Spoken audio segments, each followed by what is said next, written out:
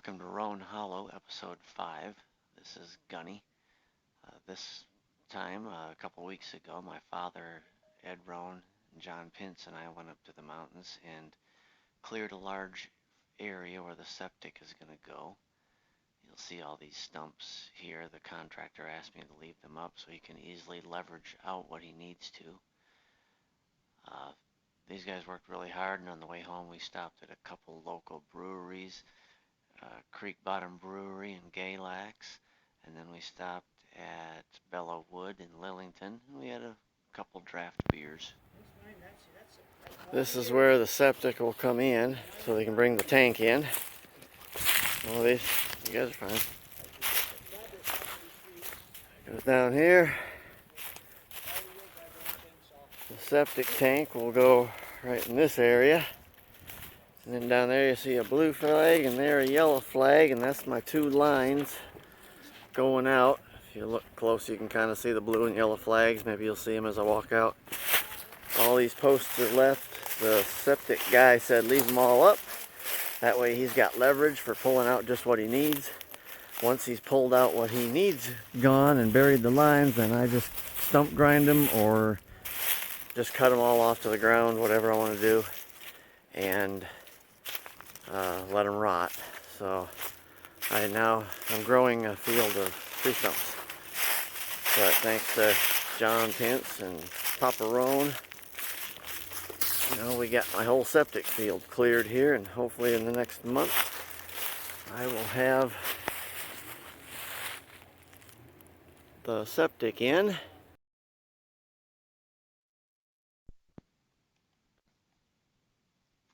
And here you'll see my dad worked on the steps this last weekend. We were just up there, got the steps put on the camper. Much better than the things we had before. And here you'll see where we're beginning the roof. I didn't film getting the tar paper up there, but basically we got this 12-foot tin. Still using the ladder on the roof because it's about a 12-12 pitch, approximately a 45-degree angle. I can't stand on that.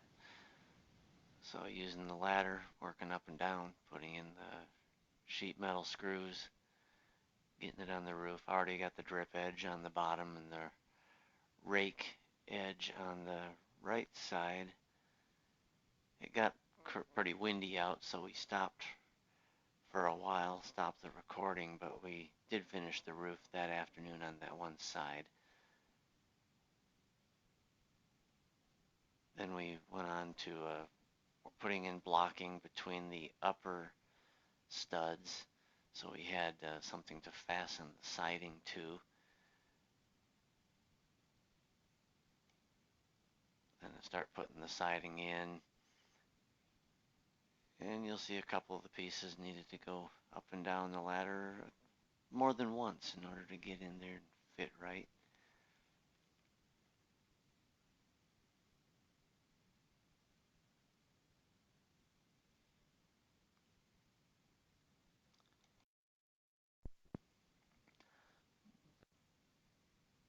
Not a lot to say during this portion. You can kind of see what's going on. I will tell you, my mom and dad worked really hard. We were up there Saturday and Sunday and Monday over President's Day weekend. Uh, I left the house about 4:30 Saturday morning, got up there around 8, started working. They pulled in right about the same time. We worked a long, hard day, sore, and I took them out to eat that night at a local restaurant about 10 miles away called the Copper Pot. Really good food, like a home restaurant type. So we got this end buttoned up finally. That hole in the end is where a window is going to be. And moving to the back, repeat the process. Getting up, putting the blocking in.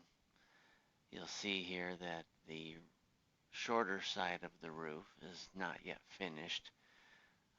Again, the day before, and this is Sunday, we're doing this, I think. No, this is still Saturday. we went on to doing this because it got windy, and we didn't want to get back up on the roof and do the other side. So we're knocking out a bunch of the other things right now.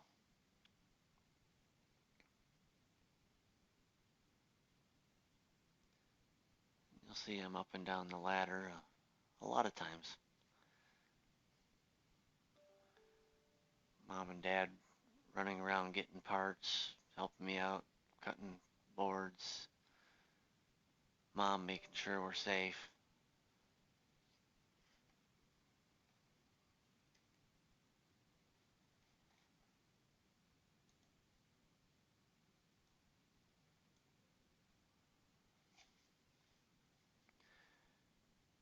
Mom's job is to worry and make sure Grandpa and I don't do anything we shouldn't. So sometimes we have to tell her to look away or go away for a few minutes so we can get something done without her freaking out too bad. But she just has our safety in mind and just doesn't want us to get hurt. That's a good thing. We don't want to get hurt either. So now you see I'm putting the last couple pieces of plywood on the short side of the roof. And it's still almost, I think this side's about 38 degrees, so it's not quite a 12-12, but still pretty close. But I was able to reach everything between using the ladder from the bottom and stretching a little bit. And then as you'll see in a couple more minutes here, I was up on the peak and reaching down to do the rest of the portion that I couldn't do from below. Kind of a hassle. We only had the one large extension ladder. We did have a smaller extension ladder, but it wasn't quite big enough to get up on this side of the roof to do any work. So I'm putting the rake edge on the roof there. The drip edge goes under the tar paper. The rake edge goes over the paper. And then you get your tin on there, and I think I just put the first piece of tin up, and yeah, and I'm getting up, putting up a little more plywood. That roof is a bit wider than a horse. My legs were pretty sore from riding that ridge, for a couple hours that day. And this is Sunday. Now we're working. This was next day. The wind had died down, and we were able to get back up on the roof with confidence. It's kind of hard fighting large sheets of tin with the wind too, so didn't want to do that.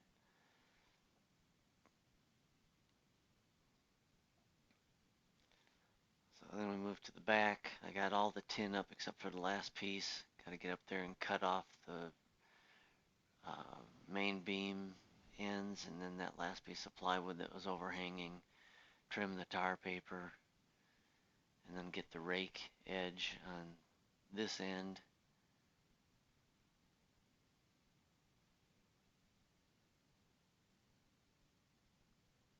Getting the rake edge up there.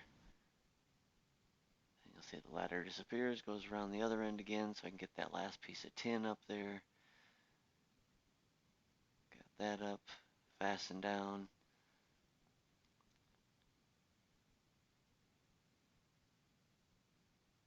And then I'm working on the ridge cap, getting that on. Can't really see that from other than me buzzing back and forth up there. Once the ridge cap is on, then I'll be bringing the big ladder around to the side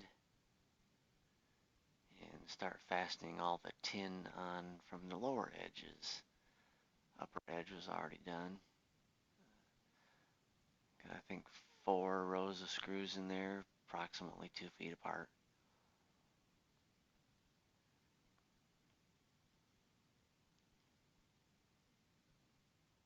This wasn't too difficult. It was good to be off that roof. Like I said, it's wider than a horse. My legs were about shot. And picked up the parts that morning. This is Monday now. I'd gone into Lowe's the night before, barely got in the door to do returns of some other stuff, so I got a store credit. So when I went back, but it was too late to do any shopping that day because they were turning the lights off on me while I was at the return counter. They open up at 6 a.m., so I was up at 5 the next day, drove in, and was sitting outside the door there waiting for them to open at 6. Got my shopping in for joist hangers, the 4x4 decking boards. See, so we got starting to put this little porch walkway on here. Put the flashing on the shed. Put the joist hangers up. Put the 1x8s around on the pole. You saw I changed out that 12-foot 2x8. We put the first one up and then it was level in some places, not in others, so we found out it had a pretty good warp in it. So I pulled it back off and put on another 2x8, and then we used the warped one to cut. We used it for some of the joists because being shorter, the shorter pieces weren't warped then.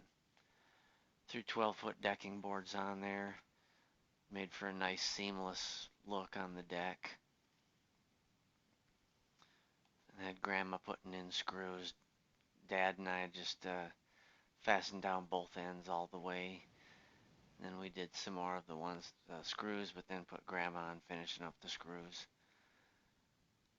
And we're going back and forth, and you see I trimmed out the door frame, brought the door in, put it in, checking it, getting it all shimmed up. I believe on this porch we're going to put railing on the left end. It's a 4x12. We're going to put railing on the left end from the shed to the pole, and then maybe about 6 foot, about halfway down the side here, because then the other 6 foot is pretty close to the ground. Nice place to sit on the edge.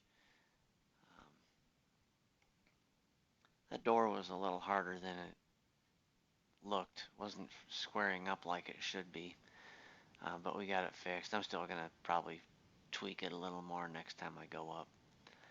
And I need to get sealant under the sill plate and stuff as well, so the door will come back out and get readjusted and sealed in well and wrapped. On the end of the deck where you step up, there is one, need to build one step. It's just a little too high for a normal step.